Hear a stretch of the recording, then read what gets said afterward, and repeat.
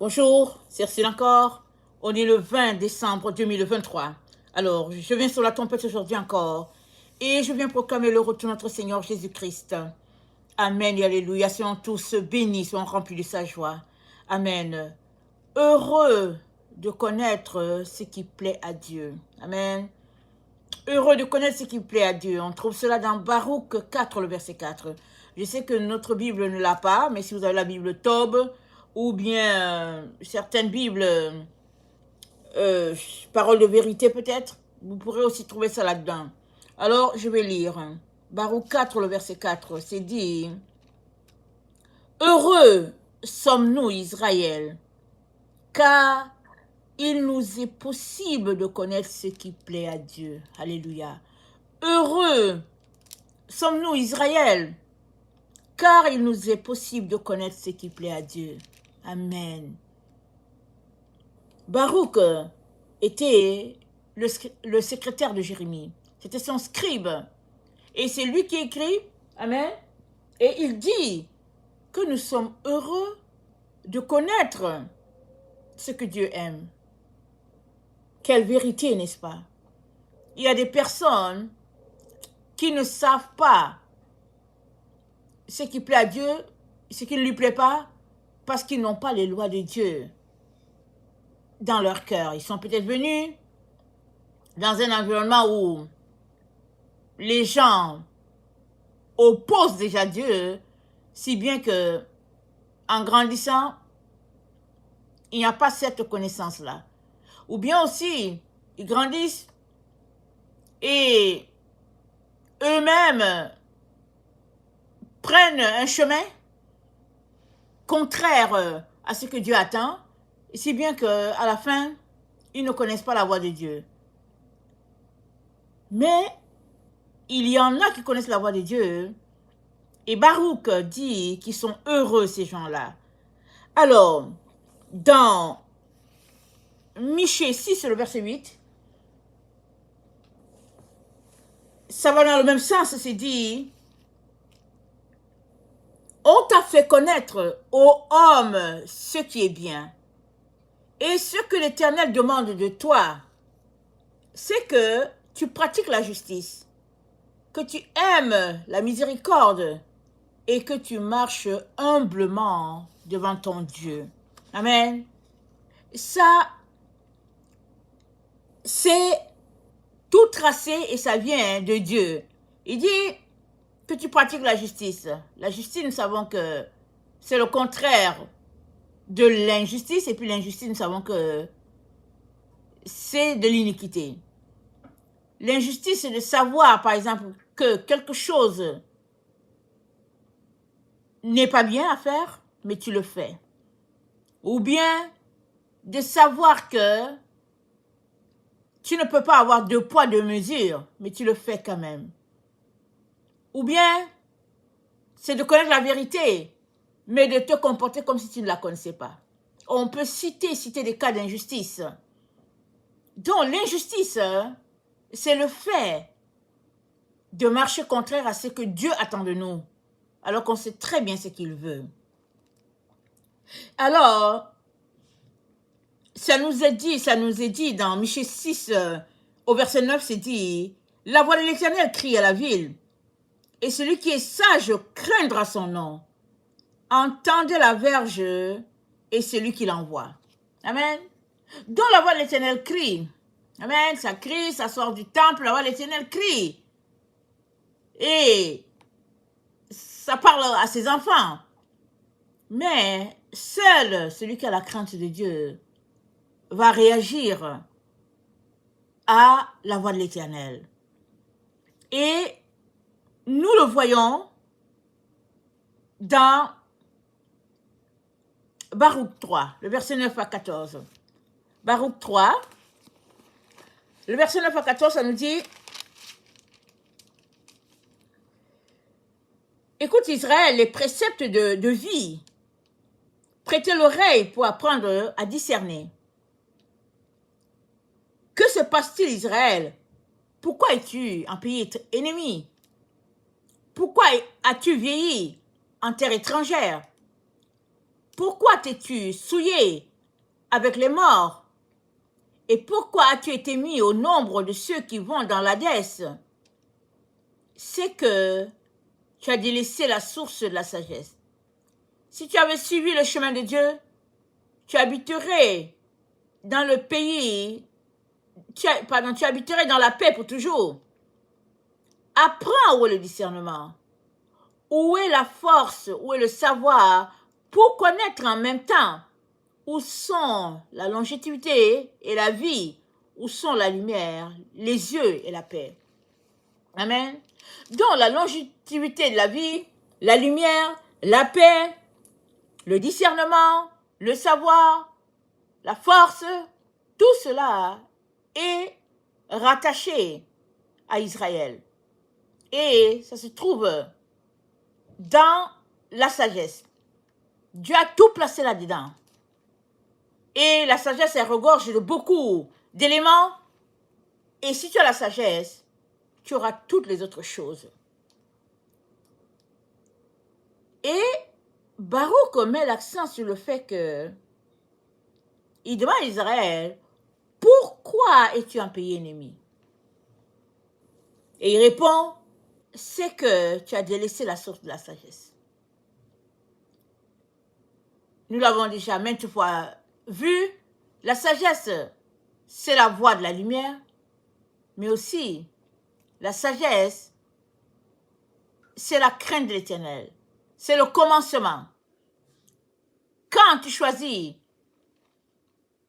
de marcher par la sagesse divine, la Bible dit, tu commences par craindre Dieu. Amen. Et nous sommes encouragés à marcher sur la voie de la crainte de Dieu. Et nous sommes dits heureux. Parce que si tu ne marches pas dans cette crainte-là, tôt ou tard, tu te présenteras devant lui pour rendre compte. Et comme c'est lui qui t'a envoyé sur la terre et qui t'a confié une mission, tu devras répondre de ta mission et tu devras répondre du fait que tu n'as pas fait la mission pendant toutes ces années qu'il t'a confiée. Alors, il dit, apprends. Baruch 3, le verset 14. Apprends où est le discernement, où est la force, où est le savoir, pour connaître en même temps où sont la longévité et la vie. Apprends. Le mot apprendre, c'est aller à l'école. Amen. C'est se mettre dans une disposition pour décortiquer les différents éléments, soit d'une phrase, soit d'une recherche que tu es en train de faire, tu décortiques les différents éléments et tu cherches à savoir où est la source, où est-ce que ça aboutit, et tu consacres du temps et de l'énergie à connaître. C'est ça, apprendre. On sait si bien le faire quand c'est pour aller chercher les points sur les bancs. Mais quand vient le moment d'étudier la parole de Dieu, on a l'impression que ça va de soi. Mais ça ne va pas de soi. Tout doit s'apprendre pour que cela quitte la source et que cela vienne à toi. Voilà pourquoi les pharisiens étaient surpris par le savoir de Jésus. Ils ont dit, mais d'où tient-il tout cela? Il n'a pas étudié. Ils ont présumé que, comme Jésus n'est pas allé à leur école, Jésus n'a pas étudié. Mais Jésus, il étudiait bien la parole de Dieu. La preuve est que son langage, sa vie, témoignait du fait que il est la parole. Amen. Alors, il te revient de chercher jusqu'à trouver. C'est ça que le Seigneur a dit. Il a dit que qui me cherche de tout son cœur me trouvera. Et il dit, je me suis laissé trouver par ceux qui ne me cherchaient pas. Donc il y a des situations, amen, qui relèvent de la miséricorde de Dieu, qui fait que Les gens ne le cherchent pas hein, et ils le trouvent. Ça relève de la miséricorde de Dieu, ça relève de sa bonté, de son amour infini, ça relève de ça. Sinon, en partant, dans le quotidien, dans les choses que tu dois faire à tous les jours, tu es appelé à chercher Dieu. Amen, tu es appelé à chercher Dieu. Alors, quel est le temps que tu consacres pour cette recherche de Dieu? Amen. Combien ou bien comment lui démontres-tu que tu l'aimes? Alors, Baruch 3, le verset 15 nous dit qui a trouvé la résidence de la sagesse et qui est entré dans ses trésors. Qui a trouvé la résidence de la sagesse? Où se trouve la sagesse? La sagesse, c'est-à-dire la crainte de Dieu, elle n'est trouvée qu'en Dieu. On ne peut pas la trouver dans le monde, on ne peut pas la trouver dans les livres. Non, elle n'est qu'en Dieu. Et cela veut dire qu'on a besoin de venir à lui pour étudier la parole. Et si, pour nous, venir à Dieu, c'est intégrer une école biblique et tout, on est en train de se tromper. On est en train de se tromper. Parce que venir à Dieu ne nécessite pas grand-chose. Ça nécessite juste que tu sois volontaire de venir à lui, de le connaître, de découvrir tes sources. Il suffit juste que tu sois dans cet esprit-là. Et le Saint-Esprit, les anges, tout cela que Dieu va affecter à toi vont travailler pour que tu connaisses ce Dieu-là et que ta vie change. Amen. 3, le verset 29. Qui est monté au ciel, qui s'est emparé d'elle, pour la faire descendre des nuées, qui est allé au-delà de la mer, qui l'a trouvée, pour l'emporter au prix d'un or précieux. Il n'est personne qui en connaisse le chemin, personne même qui désire en suivre le sentier. Mais celui qui sait toute chose la connaît. Il l'a découverte par son intelligence. Il a appareillé la terre pour l'éternité, mais l'a peuplée de quadrupèdes. Il envoie la lumière et elle chemine. Il l'appelle et elle obéit en frémissant. Les étoiles ont brillé avec leur veille et se sont réjouies. Il les a appelées et elles ont répondu, nous voici. Elles ont brillé avec allégresse pour leur Créateur. C'est lui notre Dieu. Et l'on n'en comptera pas d'autre que lui. Il a découvert tout, le chemin qui mène à la science, et l'a indiqué à Jacob, son serviteur, et à Israël, son bien-aimé. Après cela, on l'a vu marcher sur la terre. Alors, ici, Baruch fait l'éloge de la sagesse. Amen, on ne va pas lire tout, donc c'est pourquoi j'ai pris debout. Il fait l'éloge de la sagesse. Et cette sagesse-là, elle est à la base de la lumière qui est trouvée chez les enfants de Dieu.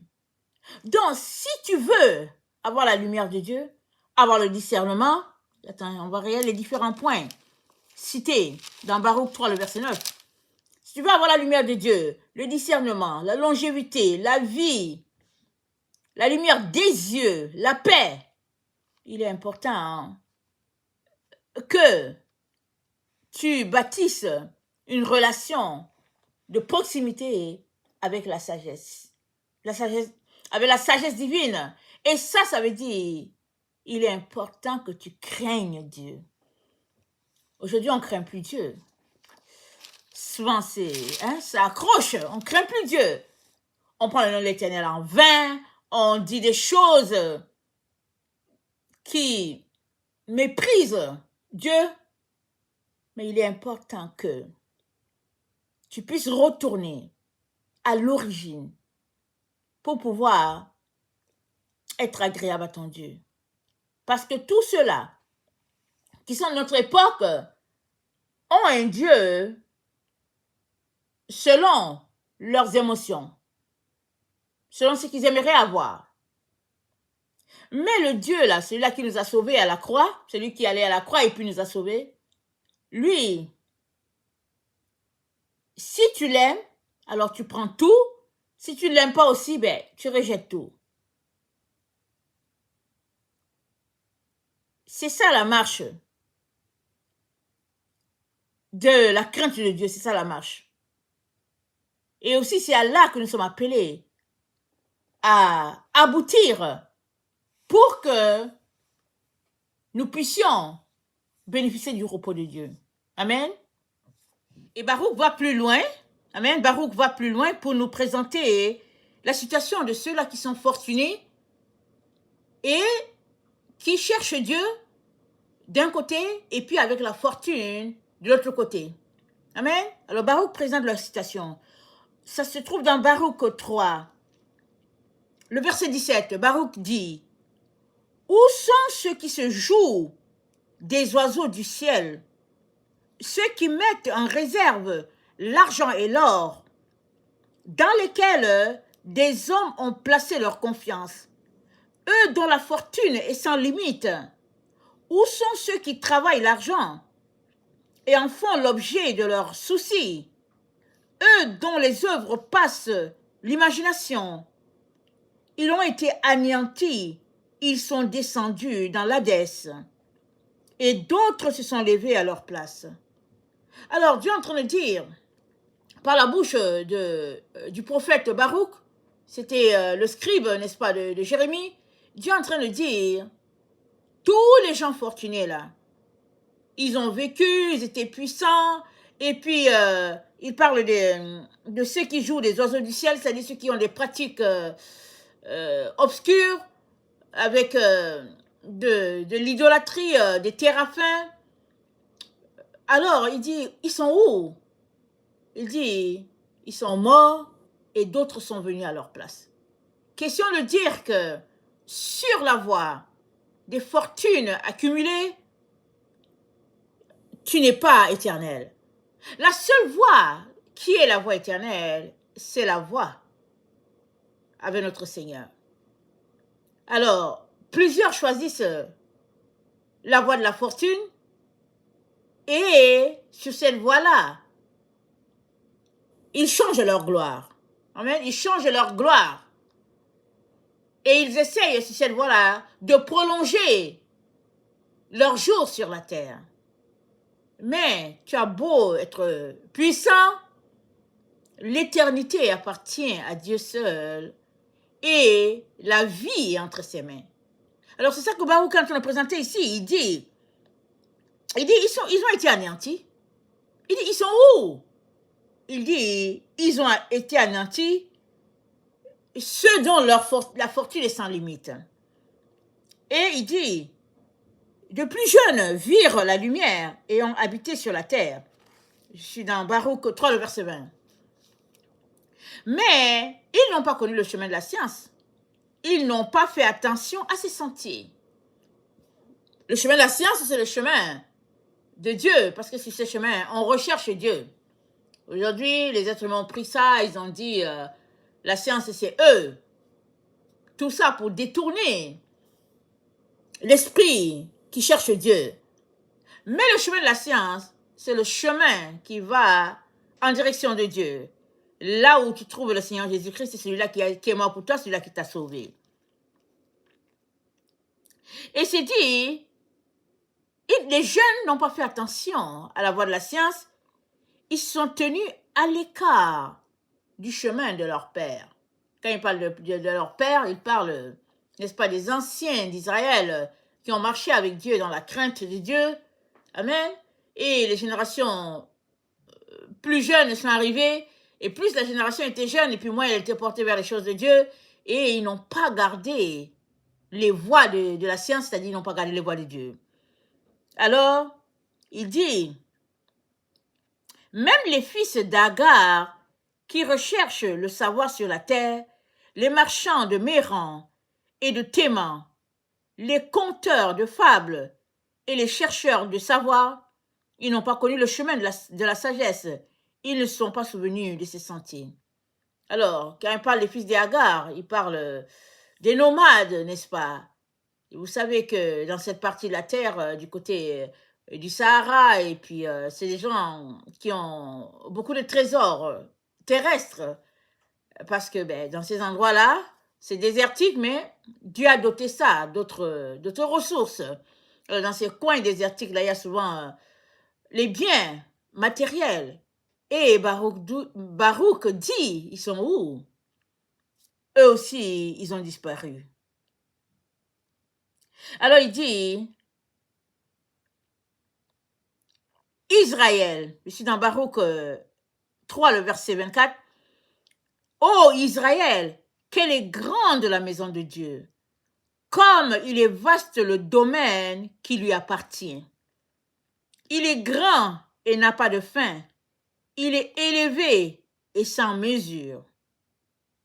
C'est là que furent engendrés les fameux géants, ceux du commencement, de haute stature et versés dans l'art de la guerre. Ce n'est pas eux que Dieu a choisis, ni à eux qu'il a indiqué le chemin de la science.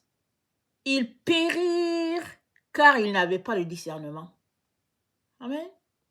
Les géants, c'est-à-dire les héros d'autrefois, ces personnes hybrides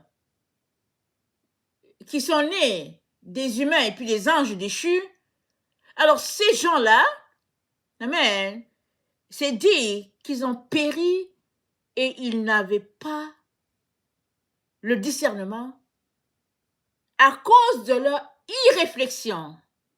Amen. Alors aujourd'hui,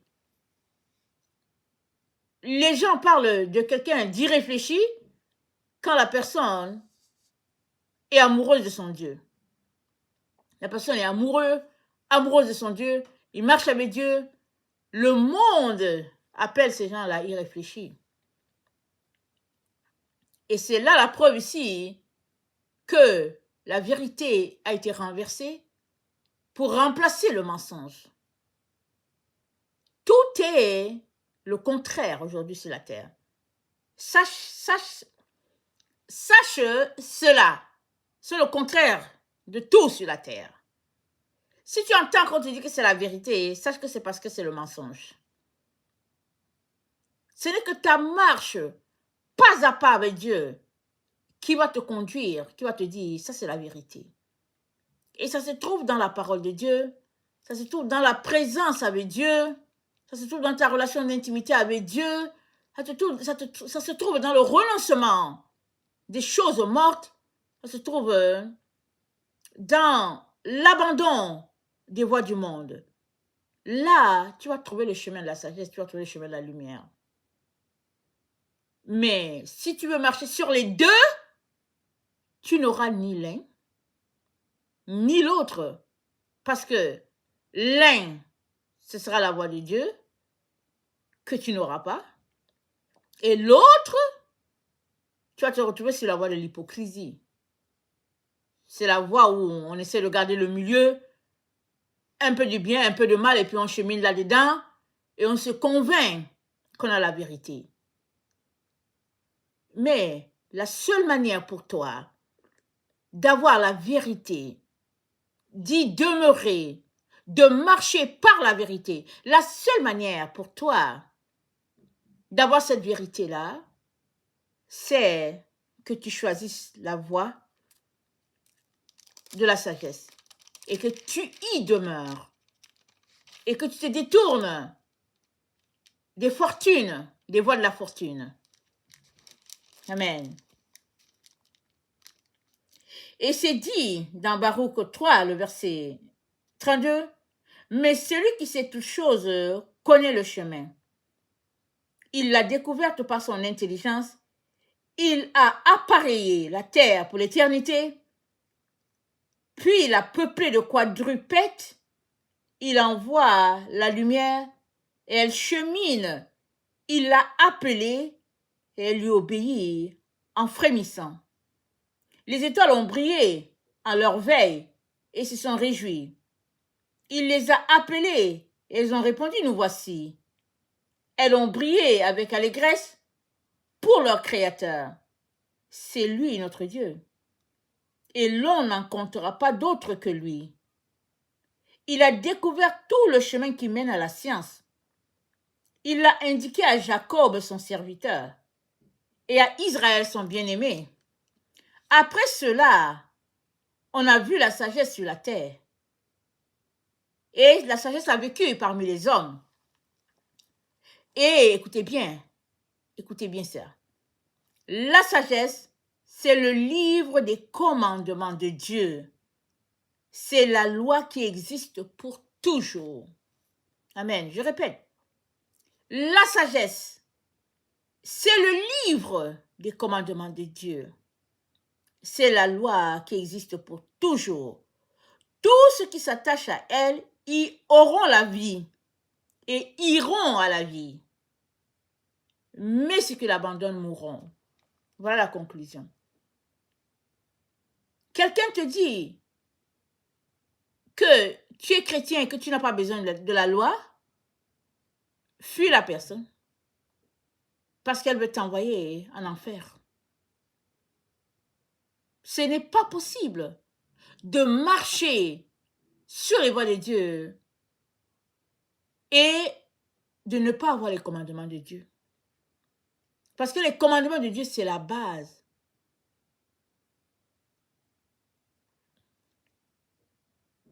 Quand tu achètes un appareil,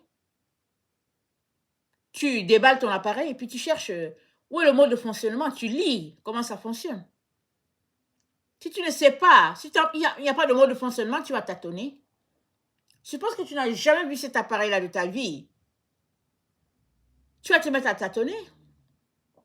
Et finalement, avant même que tu n'aies mis l'appareil en marche, tu l'as déjà gâté. Parce que tu tâtonnes, tu pitonnes. Mais si le mode d'emploi est là, il te suffit juste de lire et de faire fonctionner ton appareil. Alors, les commandements de Dieu, regardons-le comme le mode d'emploi. C'est le chemin que nous devons suivre pour aller à Dieu. Donc, tout comme on est allé à l'école, on a appris les ABC. Après les ABC, on a appris les autres, les mots. Et puis, après les mots, il y a eu l'association des mots, etc. De telle sorte que finalement, l'enfant est capable de passer des ABC à une phrase. Amen. Et je ne sais pas à quel niveau ça arrive, mais après combien de mois à l'école. Mais c'est des associations qui sont faites. Mais il n'a pas commencé juste avec les associations. Il a commencé avec le ABC. Généralement, quand c'est la langue dans laquelle il a grandi, c'est difficile de faire la différence. Mais suppose un enfant qui grandit à la maison parlant anglais, et il va à l'école francophone, ça sera visible tout de suite.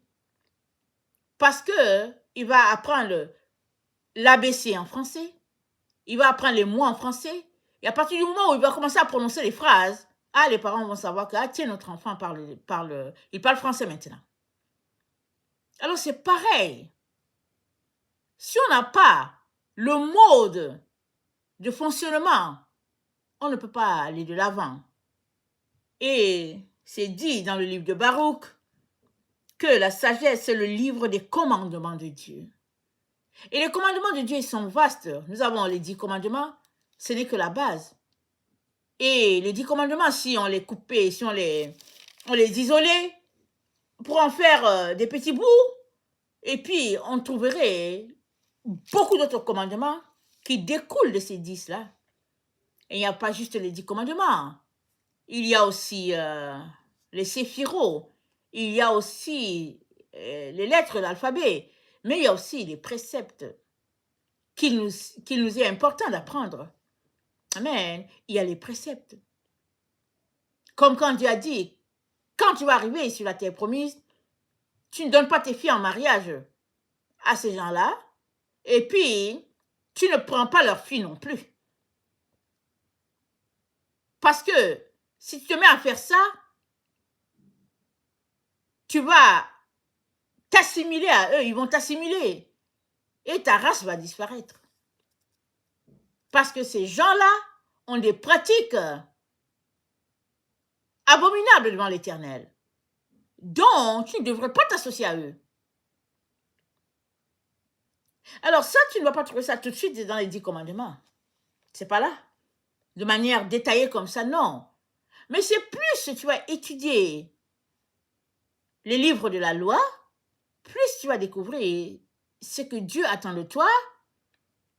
Et grandissant dans ton amour pour le Seigneur, tu te sépareras tout simplement de ce que Dieu n'aime pas pour faire ce que Dieu aime. Amen.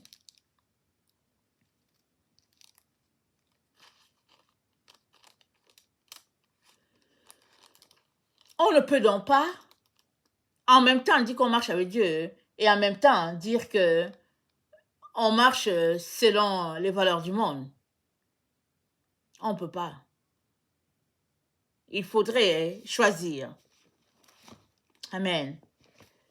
Et attendez, aujourd'hui on est vraiment dans le livre de Baruch.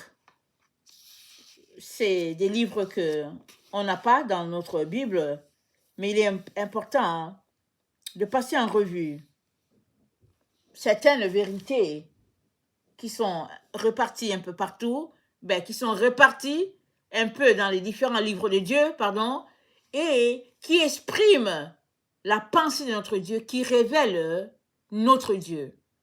Amen. Alors, quand on prend la Bible dans son entièreté, on va retrouver le même esprit, de la Genèse à l'Apocalypse. Donc, peu importe le livre qu'on prendrait, on devrait retrouver aussi la même pensée de notre Dieu.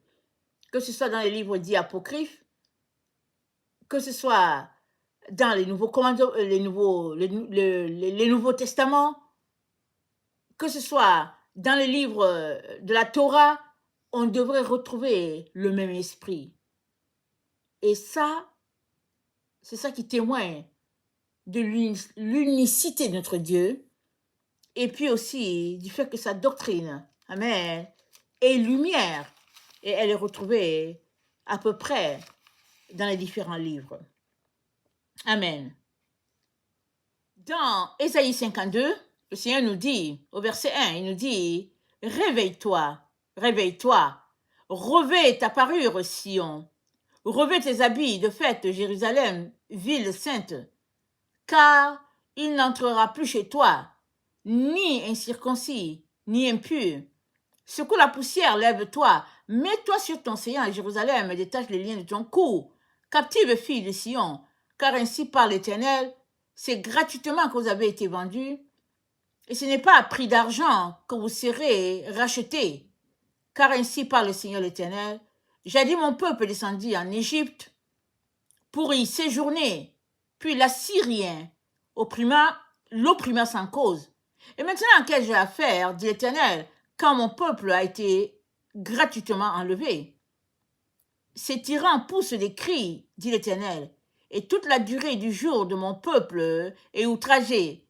C'est pourquoi mon peuple connaîtra mon nom, c'est pourquoi il saura en ce jour que c'est moi qui parle, me voici. Alors, nous sommes dans le temps où Dieu dit, son peuple va connaître son nom. Amen. Mais comment vas-tu connaître le nom de Dieu? C'est quand tu te lèveras pour mettre en pratique les commandements de Dieu, tu vas connaître son nom. Mais si tu ne fais rien et que tu croises les bras et que tu crois ce qu'ils t'ont raconté en disant que tu es délivré de la loi, mais quand tu fermeras les yeux à ce monde, tu réaliseras que tu as été trompé et pas à peu près. Parce que comme dit tantôt, la loi, c'est la base. C'est le mode d'emploi de comment Dieu aimerait qu'on marche avec lui. La Bible dit, Enoch marcha avec Dieu et il ne fut plus parce que Dieu le prit. Mais il marcha avec Dieu comment? Il marcha avec Dieu, pratiquant les commandements de Dieu, faisant ce qui plaît à Dieu. Il était tellement agréable à Dieu qu'un jour, il n'était plus là. Dieu l'a pris. Alors, tu ne peux pas marcher avec Dieu et en même temps marcher avec le monde. Tu dois choisir. Et la meilleure voie, amen, c'est la voie des commandements de Dieu. C'est cette voie qui envoie la lumière dans ta vie. C'est cette voie qui fait que tu es éclairé, tu choisis un sentier, tu marches sur ce chemin-là. C'est cette voie-là qui fait que tu gardes toujours ta position par rapport à Jésus. C'est cette voie-là. Mais pas le Jésus que ton cœur aimerait avoir. Pas le Jésus que la société moderne nous peint.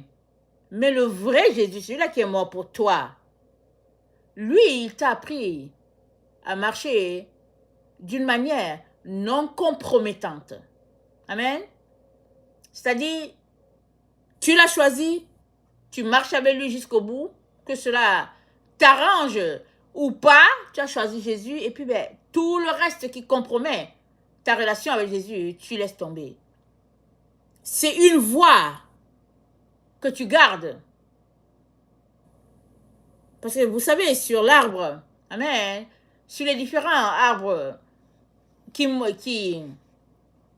donnent à l'être humain d'entrer en communion avec Dieu, il y a la voix des anges et il y a la voix des démons ou bien la voix des anges déchus. Plusieurs empruntent la voix des anges déchus. Et les anges déchus, qui sont-ils? Ils étaient avec Dieu et ils ont trahi Dieu. Et après avoir trahi Dieu, ils sont venus pour apprendre les ténèbres aux fils des hommes sur la terre. C'est pas parce que tu n'étais pas là, c'est pas parce que c'est dans une génération ancienne que si tu continues de faire les choses qu'ils ont appris, c'est pas grave. C'est grave. Oui, c'est grave parce que c'est eux qui sont venus apprendre ça sur la terre. Donc, comme tu ne peux pas changer ce qu'ils ont fait, toi, tu as besoin de choisir de marcher sur la voie que Dieu t'a indiquée. Comme ça, viendra le jour où la voix des anges déchus sera ôtée de la vie des enfants de Dieu et tous ceux-là qui l'ont pratiqué seront aussi ôtés. Et ceux-là qui auront gardé la voie de la vérité resteront dans la gloire de Dieu sur le chemin de la vérité. Ça, c'est la raison pour laquelle Dieu te dit, ne marche pas sur l'autre voie. Marche sur la voie des commandements de Dieu. Et comme on est dans un temps où les gens aiment toujours prononcer des slogans et puis les autres répètent, alors plusieurs enfants de Dieu se retrouvent à répéter. Non, on est délivré de la loi. On n'est plus sous la loi, on est délivré de la loi. Et ils répètent et ils répètent. Il faut sortir de cette répétition-là. Amen. Sors de cette répétition-là. Parce que cette répétition, c'est un mensonge. Si tu es délivré de la loi de Dieu, alors, comment vas-tu faire pour fonctionner? Tu ne peux pas fonctionner. Parce que la loi de Dieu, c'est les murs. C'est les murs qui te gardent à l'intérieur de l'enceinte.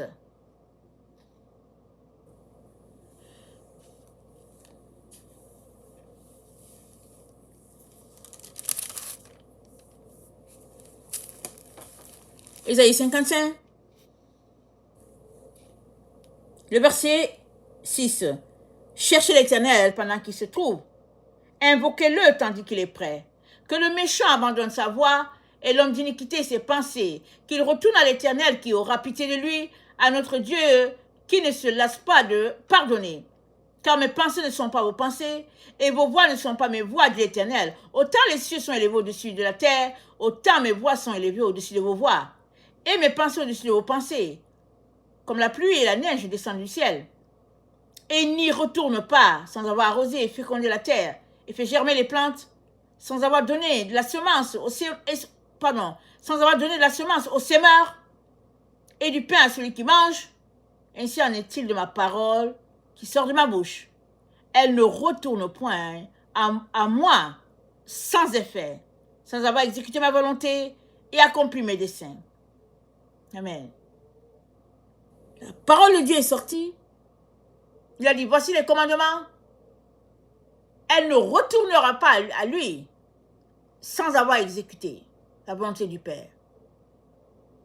Et la volonté du Père sera exécutée comment? C'est par les différents individus qui vont l'appliquer.